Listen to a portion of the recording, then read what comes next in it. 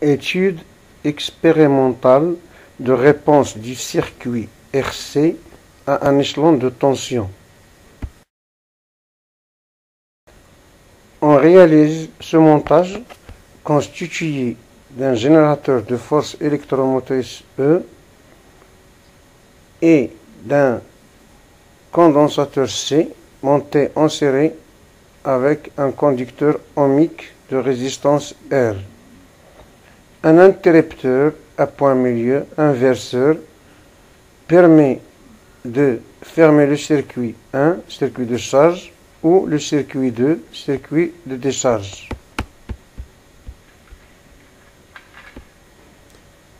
Passons à la réalisation pratique.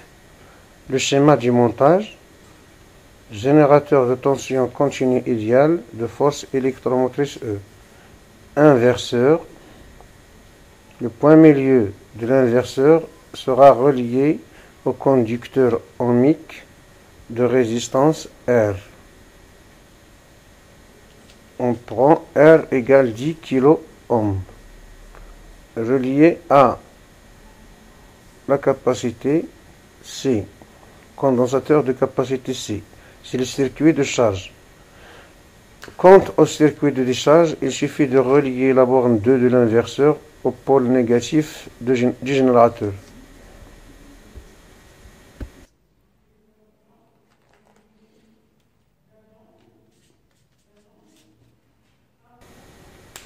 On met en place différentes dipôles.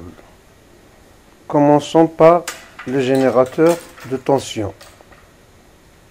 À partir de la borne plus du générateur,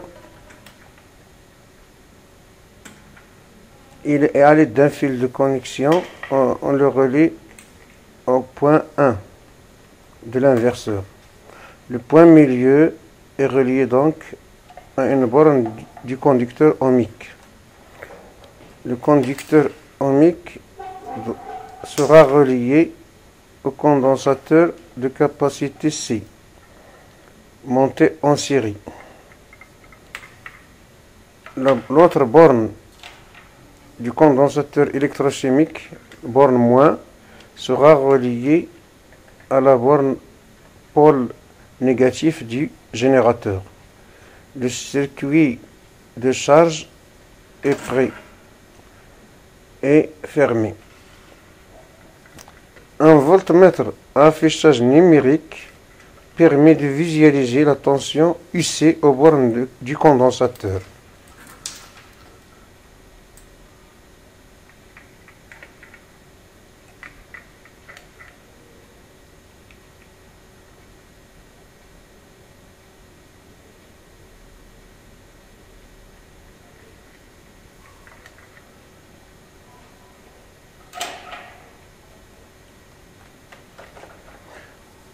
L'appareil GLX muni d'un capteur de mesure de tension permet aussi de suivre la tension UC en fonction du temps.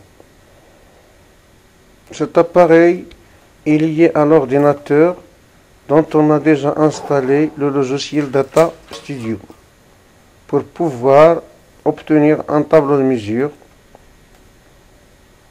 Ici, on ferme le circuit de décharge en reliant directement la borne 2 de l'inverseur au pôle négatif du générateur.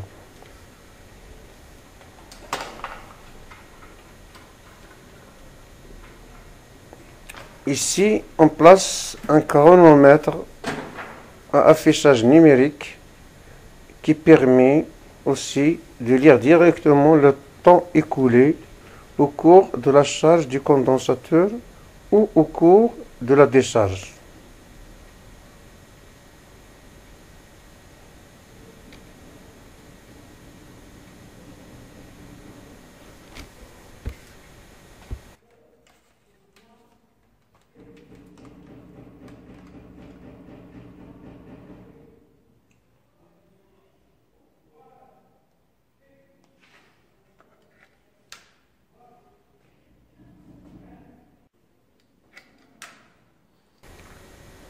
Le condensateur est décharger au préalable. Ici égale 0, AT égale 0. À un instant choisi comme origine des temps, on ferme le circuit de charge et on déclenche le chronomètre.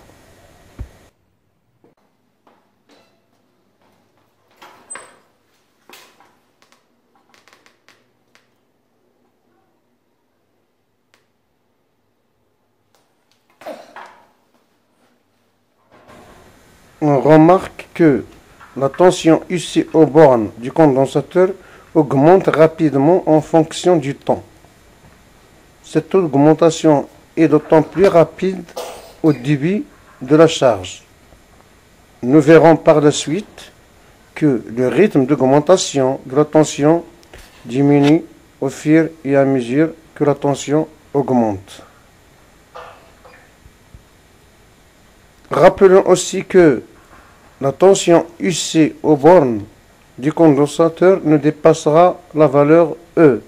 Force électromotrice du générateur, E est à peu près égale à 11,8 volts.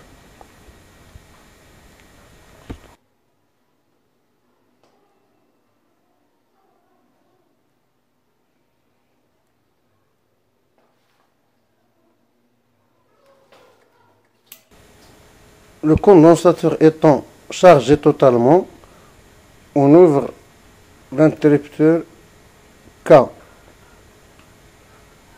et on enregistre les résultats obtenus au cours de cette charge ou réponse du circuit à l'échelon de tension ascendante.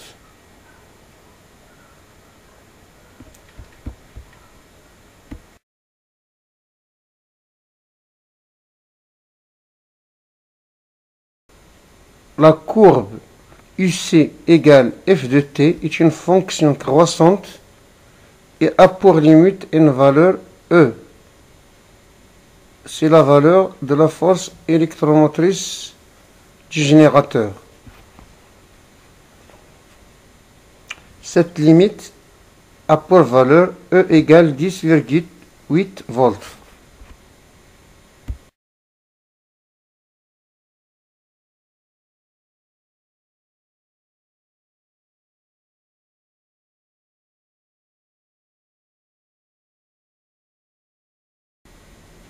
On détermine graphiquement la constante du temps τ pour le circuit RC. On utilise la méthode de la tangente à la courbe à t égale 0. Et on lit la valeur τ égale 35 secondes. On verra théoriquement que cette valeur dépend de la valeur de la résistance R du conducteur ohmique, ici c'est 10 kΩ, et de la valeur de la capacité du condensateur, C.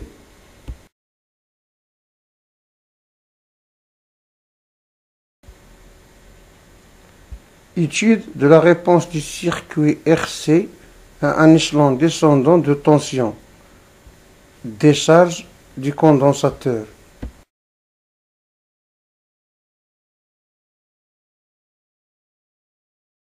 Le condensateur est initialement chargé. On ferme le circuit de décharge et on déclenche le chronomètre à t égale 0. On remarque alors que la tension UC aux bornes du condensateur diminue lorsque T augmente.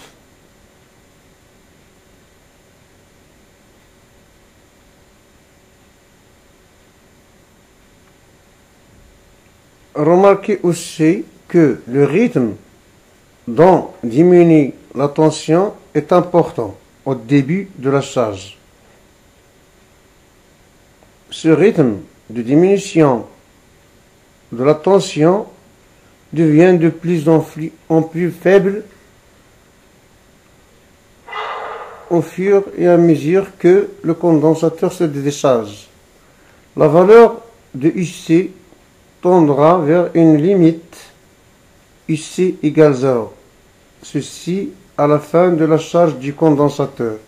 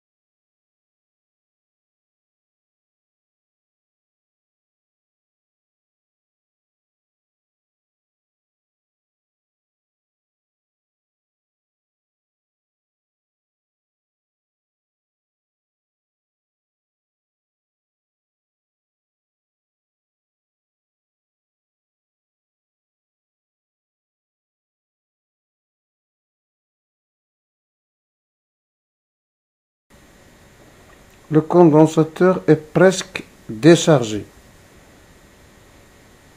On arrête l'enregistrement en ouvrant le circuit et on enregistre les résultats.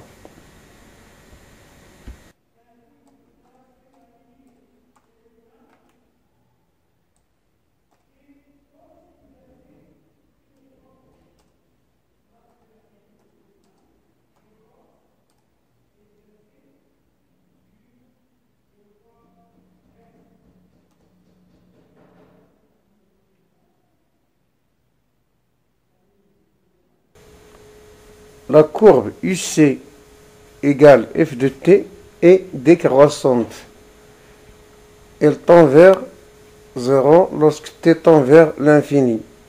On peut déterminer la constante du temps tau pour ce circuit RC par la méthode de tangente. Tau égale 35 secondes.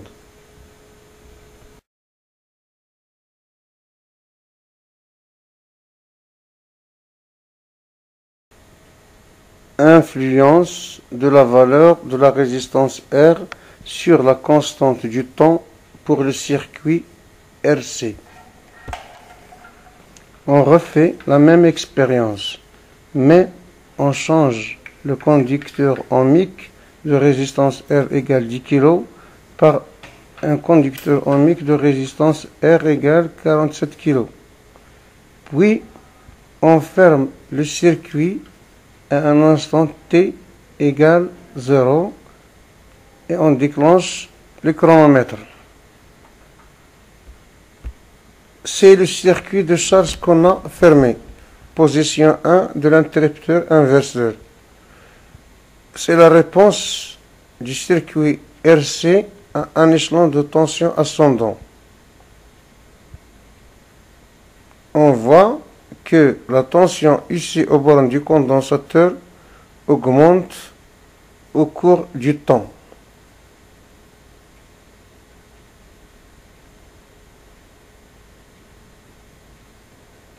Quand le condensateur sera totalement chargé, la valeur de ici restera constante, est égale à E, environ 10,8 volts.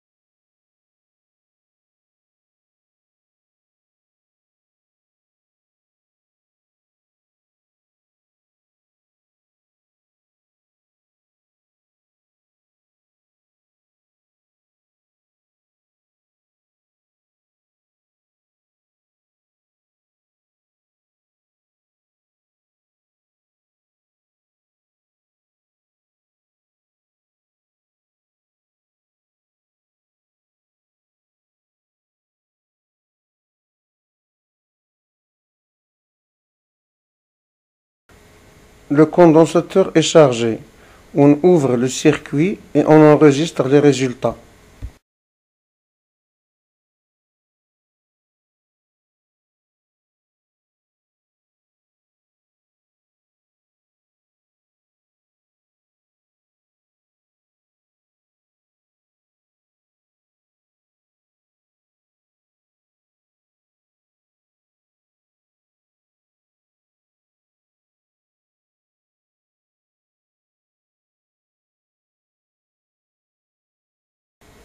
Le condensateur est maintenant chargé.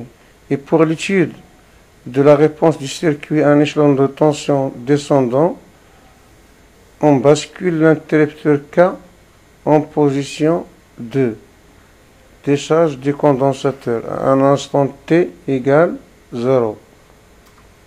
On déclenche le chronomètre. On remarque que la valeur de la tension U diminue en fonction du temps.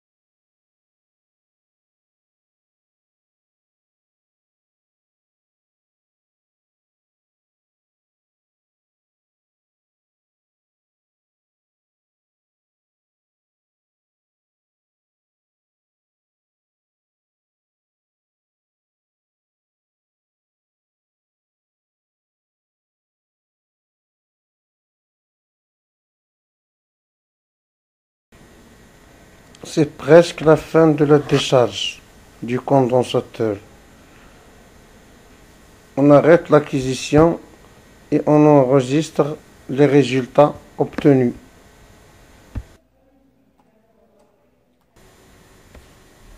La tension ici de T est une fonction décroissante. On obtient la constante du temps tau par la méthode des tangentes. Tau égale 230 moins 15. Tau est égal à 15 secondes.